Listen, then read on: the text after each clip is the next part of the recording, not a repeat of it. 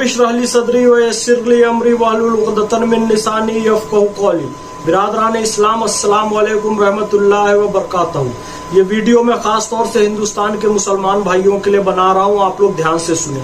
जगह जगह से खबरें आ रही है कि इजराइल और फिलिस्तीन मामले में मुसलमान लगातार इजराइल का विरोध कर रहे हैं, इजराइल के झंडे जलाए जा रहे हैं, इजराइल के प्रोडक्ट का बहिष्कार करने की अपील की जा रही है और सीधे सीधे फिलिस्तीन या हमास का समर्थन किया जा रहा है।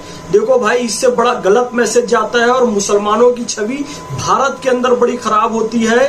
आपको यदि बोलना है तो पहले अपने देश के हिंदू भाइयों के हित में बोलो। आप शक के दायरे में तब आते हो जब आप कश्मीर पे नहीं बोलते, कैराना पे नहीं बोलते, केरल पे नहीं बोलते, चिकन नेक काटे जाने पर नहीं बोलते, भारत तेरे टुकड़े होंगे इंशाअल्लाह पर नहीं बोलते। लेकिन जब आप हमास और फिलिस्तीन के समर्थन में बोलते हो तो यह पता चलता है कि आपको देश के हिंदू भाइयों से ज्यादा फिक्र फिलिस्तीन में रहने वाले मुसलमानों की है। और यह बात लगातार उठ रही है कि कल को क्या पाकिस्तान हमला करेगा तो सिर्फ मुसलमान होने के बेस पर भारत का मुसलमान पाकिस्तान का समर्थन करने लग जाएगा। और कुछ नामाकूल किस्म के मुसलमान जो भारत में है वो अभी भी पाकिस्तान क्रिकेट में जीतता है तो कोई फटाका फोड़ता है, कोई पाकिस्तान का झंडा लगाते हैं, कोई पाकिस्तान जिंदाबाद कहने लगते हैं। ऐसे लोगों के कारण मुसलमान वैसे ही शक के दायरे में हैं। और अब ये हरकत आप कीजिए ना।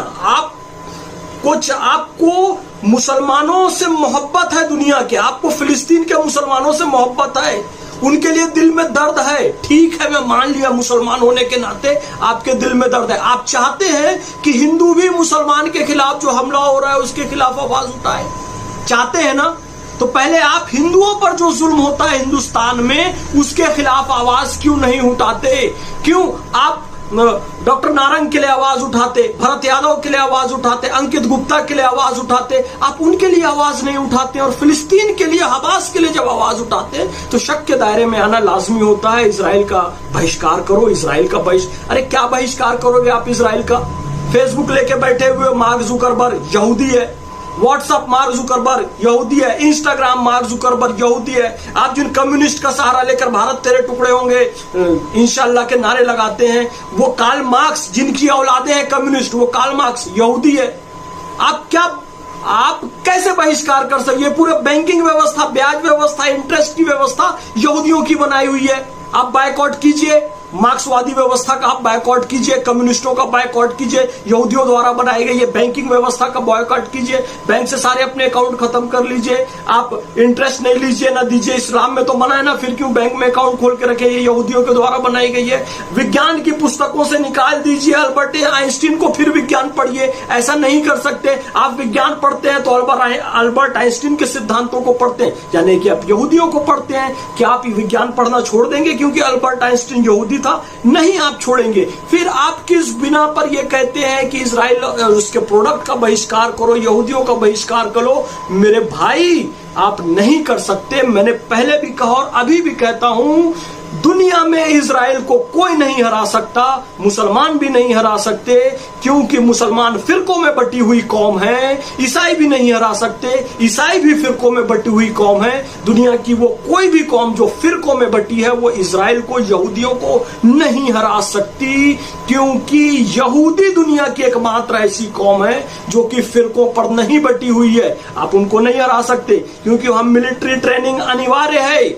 आप उनको नहीं हरा सकते क्योंकि वहां का हर एक बच्चा सैनिक है। आप उनको नहीं हरा सकते क्योंकि आज भी वो अपने पवित्र मंदिर में प्रवेश नहीं करते, वेस्टर्न वॉल के बाहर खड़े होकर प्रार्थना करते हैं। और वहां पर प्रवेश इसलिए नहीं करते कि उनको लगता है ये पवित्र जगह पर हमारा पैर नहीं पड़ना चाहिए। आप उनको नहीं हरा सकते क्योंकि दुनिया में कहीं भी यहूदी बच्चा पैदा होता है तो वो जन्म से ही इजराइल का नागरिक बन जाता है। उसको कोई कागजी कार्रवाई की जरूरत नहीं पड़ती है। उनको अपने रक्त पर, उनको अपने वंश पर इतना मान है, इतना ज्ञान है, इतना अभिमान है, इतना गर्व है कि वो दुनिया के में कहीं भी इजरायली यहूदी बच्चा पैदा हो, वो इजराइल का नागरिक बिना किसी कागजी कार्रवाई के बन जाता है। वो जनसंख्या बढ़ाने पर यकीन नहीं करते, आप उनको नहीं हरा सकते। वो क्वालिटी बढ़ाने पर यकीन करते हैं। वो हालेलुया या कलमा पढ़ाकर अपने धर्म में किसी को लाते नहीं, ना अपने धर्म के किसी लड़के लड़की को बाहर देते। वो जितने हैं 80-85 लाख, उसमें सुखी हैं, समृद्ध हैं, और विज्ञान की इतनी तरक्की उन लोगों ने की, इतनी तरक्की उन लोगों ने की कि चारों तरफ से मुस्लिम देश घेरे हुए हैं, फिर भी उस इजराइल को हरा नहीं पाते। अंतरराष्ट्रीय परिस्थितियों में हमें इजराइल के भी समर्थन की आवश्यकता है, अरब के समर्थन की भी आवश्यकता है। इसलिए किसी के जिंदाबाद मुर्दाबाद के नारे इस देश में मत लगाओ। लगाना है तो केवल भारत माता की जय और हिंदुस्तान जिंदाबाद के नारे लगाओ, तभी सुखी और समृद्ध हम रह सकते हैं। भारत में जो हिंदुओं पर अत्याचार होता है उसके खिलाफ बोलो। तो हिंदू तो बहुत उदार काम है, वो सदा से आपके साथ में खड़ी हुई है। सऊदी अरब से ज्यादा मस्जिदें भारत में है, वेटिकन सिटी से ज्यादा चर्च भारत में है। ये हिंदुओं की उदारता के कारण है। इसलिए कहो भारत माता की जय, वंदे मातरम, एक हिंद, जय हिंद।